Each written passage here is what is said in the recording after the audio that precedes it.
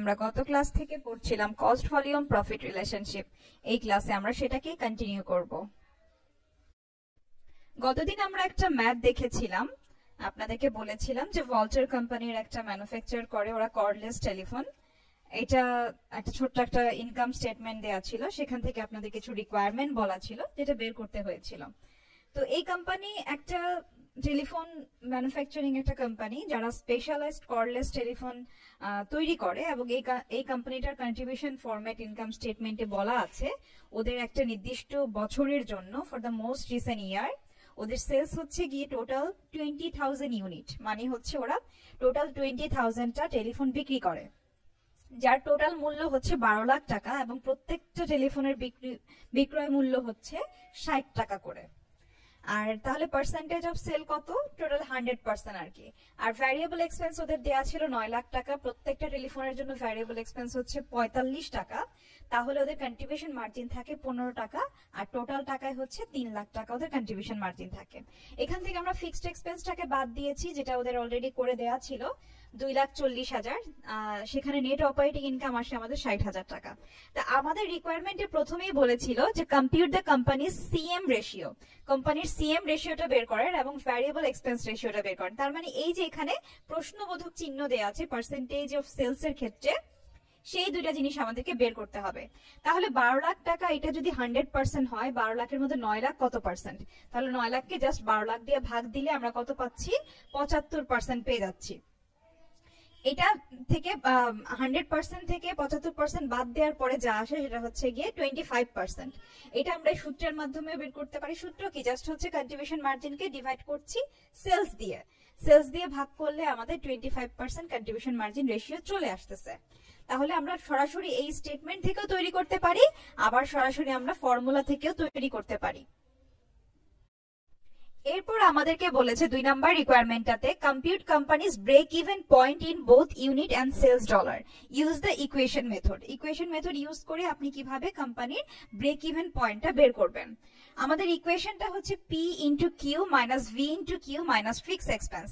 তার মানে হচ্ছে প্রফিট সমান সমান হচ্ছে প্রাইস, তার এখান থেকে মাইনাস করব variable expense minus fix expense.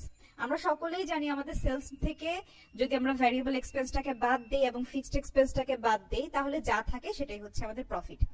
কিন্তু এখানে ব্রেক ইভেন পয়েন্ট চেয়েছে। ব্রেক ইভেন পয়েন্ট মানে হচ্ছে যেখানে প্রফিট 0। তাহলে প্রফিট 0 আসলে এখানে আমাদের প্রফিটের জায়গায় 0 বসাতে হবে। পি এর জায়গায় এই যে সেলস প্রাইস দেয়া আছে, প্রতিটা ইউনিটের দাম 60 টাকা করে, সেটা বসিয়ে দিব। ভি এর জায়গায় এখানে ভ্যারিয়েবল এক্সপেন্স 45 টাকা করে আছে, সেটা বসিয়ে দিব। আর কিউটাকে আমরা বাইরে রেখেছি গুণন আকারে, কারণ হচ্ছে আমরা কিউ এর মান বের করব। তাহলে এখান থেকে ফিক্সড এক্সপেন্স কত টাকা বাদ দিব? 2,40,000, যেটা স্টেটমেন্টে দেয়া আছে। এটা বাদ দেওয়ার পরে আমরা কি করলাম, এখানে দেখেন 15 কিউ মাইনাস 2,40,000, এই পাশে শূন্য। আমরা দুইটাকে যদি সাইড বদল করি তাহলে কি আসে? 15 কিউ সমান সমান হচ্ছে 2,40,000, আর কিউ সমান সমান হচ্ছে 16,000 ইউনিট। এটা গত ক্লাসেও আমি রেকর্ডিং এ বলেছি, আজকে আবার একটু রিপিট করলাম। তার মানে হচ্ছে আমাদের কোয়ান্টিটি 16,000টা টেলিফোন যদি আমি বিক্রি করি, তাহলে আমাদের প্রফিট 0 আসতেছে। এখন এটাকে সেলসে কিভাবে কনভার্ট করব, মানে ডলারে কিভাবে কনভার্ট করব? 16,000 টেলিফোনকে জাস্ট প্রত্যেকটা টেলিফোনের দাম দিয়ে গুণন দিয়ে দিব। প্রত্যেকটা টেলিফোনের দাম হচ্ছে 60 টাকা করে, তাহলে টোটাল সেলস হচ্ছে আমাদের ডলারে 9,60,000। এইটাগুলো খুবই ইম্পর্টেন্ট, এই বিষয়গুলো কোনটা ডলারে লিখতে হবে আর কোনটা ইউনিটে লিখতে হবে। কিউর মান হচ্ছে কোয়ান্টিটি, কোয়ান্টিটিটাকে ইউনিটে লিখতে হবে, আর সেলস যেটা সেটা হচ্ছে ডলারে লিখতে হবে। এরপর আমরা 3 নাম্বার যে রিকোয়ারমেন্টটাতে সেখানে দেখেছি আমাদেরকে বলেছে assume that sales is increase by 4 lakh next year. By 4 lakh মানে হচ্ছে 4 লাখ দ্বারা বৃদ্ধি পাবে। 12 লাখকে আরো 4 লাখ দ্বারা বৃদ্ধি করলে 16 লাখ আসে। তো if the cost behaviour pattern remain unchanged, এই যে কস্টের যে বিহেভিয়ারটা আছে সেটা যদি আনচেঞ্জ থাকে, মানে চেঞ্জ যদি না হয়, how much the company's net operating income increase, net operating income কত বাড়বে? Use the CM ratio to compute your answer. এখানে সিএম রেশিওটা ইউজ করে আমাদেরকে আনসারটা বের করতে বলেছে। এই অঙ্কের জন্য আমরা প্রথমেই সিএম রেশিওটা পেয়েছিলাম 25%। খুব সহজ। এখন শুধুমাত্র ইনক্রিজ ইন সেলের সাথে 25% গুণ করে দিলেই আমরা এক্সপেক্টেড ইনক্রিজ কন্ট্রিবিউশন মার্জিন কত হবে সেটা পেয়ে যাব। তাহলে ইনক্রিজ ইন সেল কত? এখানে 4 লাখ টাকা। 4 লাখ টাকায় সেল বৃদ্ধি পেয়েছে। দেখেন নিচে সলিউশনের নিচে এখানে লেখা আছে increase in the sales 4 lakh multiply by CM ratio 25%, expected increase in the contribution margin 1 lakh. তার মানে হচ্ছে কন্ট্রিবিউশন মার্জিন 1 লাখ টাকা বৃদ্ধি পাবে। যেহেতু আমাদের ফিক্সড এক্সপেন্সে কোনো পরিবর্তন হয় নাই, তাহলে কন্ট্রিবিউশন মার্জিন যদি 1 লাখ টাকা বৃদ্ধি পায়, আলটিমেটলি নেট অপারেটিং ইনকামটাও 1 লাখ টাকা দ্বারা বৃদ্ধি পাবে। এখন এটা তো গেল আমাদের সিএম রেশিওর সলিউশন। এখন যদি আমরা এটা মনে করেন আমরা একটু স্টেটমেন্ট আকারে দেখতে চাচ্ছি যে আদৌ ঠিক আছে কিনা, এটা যে আমি বললাম এটা কি প্রমাণ করতে চাচ্ছি, তাহলে উপরে ডান দিকে দেখেন এখানে সেলসটা তাহলে কত হবে। সেলসটা 12 লাখ টাকার জায়গায় যদি আমি 4 লাখ টাকা বাড়িয়ে দিই, তাহলে সেলসটা হচ্ছে 16 লাখ টাকা। তাহলে আমার 16 লাখ টাকা যদি সেলস হয়, প্রত্যেকটার দাম যদি 60 টাকা করে হয়, তাহলে এখানে কতগুলা ইউনিট বেড়েছে, তাহলে ইউনিট হবে টোটাল 26,666.67টা টেলিফোন আমরা বিক্রি করেছি। এখানে পার্সেন্টেজ পয়েন্ট চলে আসতেছে, মানে ফ্র্যাকশন চলে আসতেছে। এর কারণ হচ্ছে গিয়ে আমাদের মানে জাস্ট আমরা একটা অ্যাজিউম করে নিয়েছি, এটা অ্যাকচুয়াল কোনো ডেটা না, এর কারণে এখানে ফ্র্যাকশন চলে এসেছে। এই কারণে ওরা আমাদেরকে সিএম রেশিওটা দিয়ে ওরা বের করতে বলেছে মেনলি। ঠিক আছে, আমরা সমস্যা নেই, এটা এমনি বের করে দেখি কেমন হয়। এরপরে আমরা কি করব, এটাকে ভ্যারিয়েবল এক্সপেন্সটা তাহলে কি হবে, ভ্যারিয়েবল এক্সপেন্সটা হবে এই যে ইউনিটটা বের করলাম, এই ইউনিটের প্রত্যেকটার ভ্যারিয়েবল কস্ট হচ্ছে 45, কারণ ওরা বলেই দিয়েছে যে কস্ট বিহেভিয়ারে কোনো চেঞ্জ আসবে না, তার মানে কস্ট যা আছে তাই থাকবে। তাহলে ভ্যারিয়েবল এক্সপেন্সটা যদি 45 টাকা করে হয়, তাহলে 26,666.67টা টেলিফোনের জন্য ভ্যারিয়েবল এক্সপেন্স হচ্ছে 12 লাখ টাকা। বাদ দিলে কি থাকে, 4 লাখ টাকা হচ্ছে আমাদের কন্ট্রিবিউশন মার্জিন থাকে। এখন আগের স্টেটমেন্টের সাথে তুলনা করেন, আগের স্টেটমেন্টে কন্ট্রিবিউশন মার্জিন ছিল 3 লাখ, এখন কন্ট্রিবিউশন মার্জিন হয়ে গেল 4 লাখ। কত বৃদ্ধি পেল, 1 লাখ টাকা বৃদ্ধি পেল। তো আমাদের উত্তরের সাথে মিলে গিয়েছে কিনা দেখেন, expected increase in the contribution margin আমরা বলছি 1 লাখ টাকা বৃদ্ধি পাবে, বৃদ্ধি পেয়েছে কিনা, 3 লাখ টাকা আগে ছিল, এখন 4 লাখ টাকা হয়ে গেছে। এরপর আমরা কি করলাম, আমাদের ফিক্সড এক্সপেন্সটাকে বাদ দিলাম, 2,40,000 টাকা বাদ দেওয়ার পরে নেট অপারেটিং ইনকাম আসলো আমাদের 1,60,000 টাকা। এখন আমাদের প্রশ্নের সাথে তুলনা করেন, প্রশ্নে দেয়া ছিল নেট অপারেটিং ইনকাম 60,000, এখন নতুন করে হলো 1,60,000, তাহলে নেট অপারেটিং ইনকামটাও কি আলটিমেটলি 1 লাখ টাকা বৃদ্ধি পেল। তাহলে আপনাকে যদি কেউ বলে নেট অপারেটিং ইনকাম কত টাকা বৃদ্ধি পাবে, আপনি তাহলে খুব সহজে কি করতে পারেন, এটা কন্ট্রিবিউশন মার্জিনের রেশিও অনুযায়ী এটা দিয়ে আপনি এই রেশিওটা ইউজ করে আপনি বের করতে পারবেন। আপনাকে এই স্টেটমেন্ট অনুযায়ী আবার প্রুফ করার দরকার নাই, স্টেটমেন্ট আকারে শুধুমাত্র ফর্মুলা দিয়ে আপনি বলে দিতে পারেন যেটা কন্ট্রিবিউশন মার্জিন বেড়েছে এক্স্যাক্টলি সেটাই আবার ইনক্রিজ হবে নেট অপারেটিং ইনকামে, কারণ আমাদের ফিক্সড এক্সপেন্সে কখনোই কোনো পরিবর্তন আসে না। তাহলে আলটিমেটলি সেমটাই কি হয়, নেট অপারেটিং ইনকামেও বেড়ে যায়। এরপর 4 নাম্বার যে রিকোয়ারমেন্ট সেটাতে বলেছে refer to the original data, assume that next year manager wants the company to earn a profit of at least 90,000।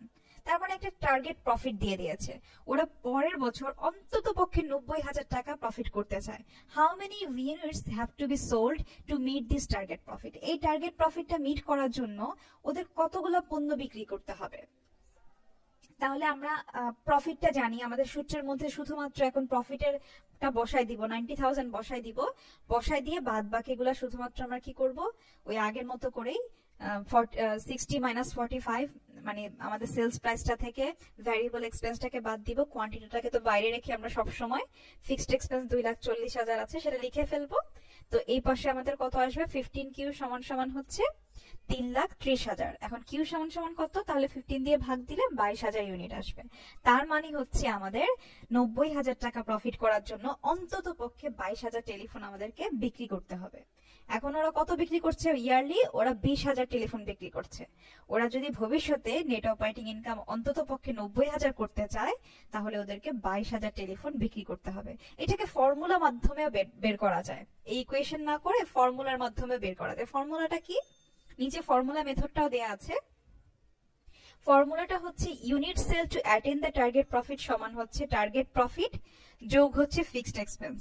আমাদের টার্গেট প্রফিট কত, টার্গেট প্রফিট এই যে এখান থেকেই দেখেন, টার্গেট প্রফিট যোগ হচ্ছে ফিক্সড এক্সপেন্স।